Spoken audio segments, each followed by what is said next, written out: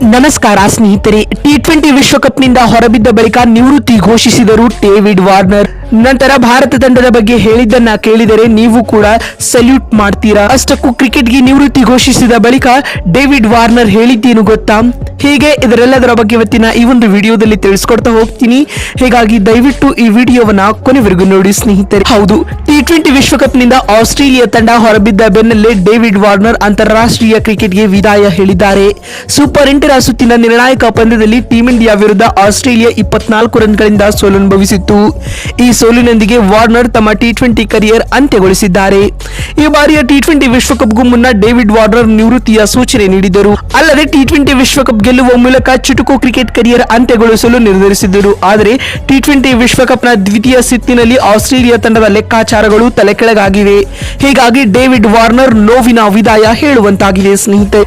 ಇದಕ್ಕೂ ಮುನ್ನ ಜನವರಿ 1, 2024 David Warner ಏಕದಿನ ಕ್ರಿಕೆಟ್ಗೆ ವಿದಾಯ ಹೇಳಿದರು. ಅಲ್ಲದೆ ಜನವರಿ 6 ಕೊನೆಯ ಪಂದ್ಯವನ್ನು ಆಡುವ ಮೂಲಕ ಟೆಸ್ಟ್ ಕ್ರಿಕೆಟ್ಗೂ ಗುಡ್ ಬೈ ಹೇಳಿದರು.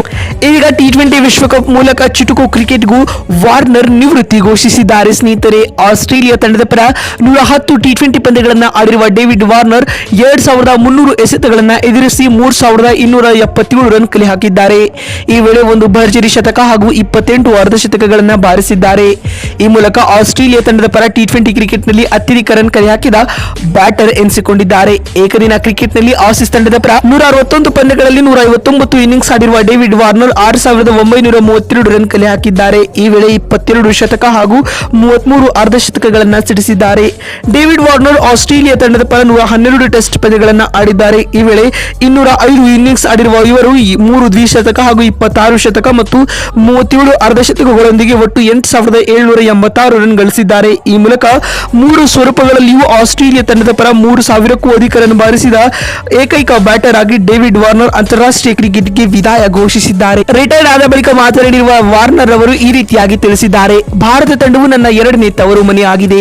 ಟೀಂ ಇಂಡಿಯಾ ವಿರುದ್ಧ ಸೋತಿರುವುದು ವೈಯಕ್ತಿಕವಾಗಿ ಯಾವುದೇ ನಷ್ಟವಿಲ್ಲ. ಆದರೆ ತಂಡದ ಹಿತ ದೃಷ್ಟಿಯಿಂದ ಟೀಂ ಇಂಡಿಯಾ ವಿರುದ್ಧದ ಸೋಲು ನನಗೆ ನೋವನ್ನ ತರಿಸುತ್ತಿದೆ ಎಂದು ಹೇಳುವ ಮೂಲಕ ಭಾರತ ತಂಡದ ಬಗ್ಗೆ ಒಳ್ಳೆಯ ಅಭಿಪ್ರಾಯವನ್ನ ಡೇವಿಡ್ ವಾರ್ನರ್ ನೀಡಿದ್ದಾರೆ. ಮತ್ತು ಮಾತು ಮುಂದುವರೆಸಿದ ಅವರು, ಕ್ರಿಕೆಟ್ ನನ್ನ ಜೀವನದ ಎಲ್ಲವೂ ಆಗಿತ್ತು. ಆದರೆ ಇನ್ನು ಮುಂದೆ ನಾನು ಅಂಗಳದಲ್ಲಿ ಕಾಣಿಸಿಕೊಳ್ಳುವುದಿಲ್ಲ. ಇದನ್ನ ಹೇಳಲು ಅತೀವ ನೋವು ಉಂಟಾಗುತ್ತಿದೆ ಎಂದು ಭಾವುಕರಾಗಿ ಡೇವಿಡ್ ವಾರ್ನರ್ ತಿಳಿಸಿದ್ದಾರೆ.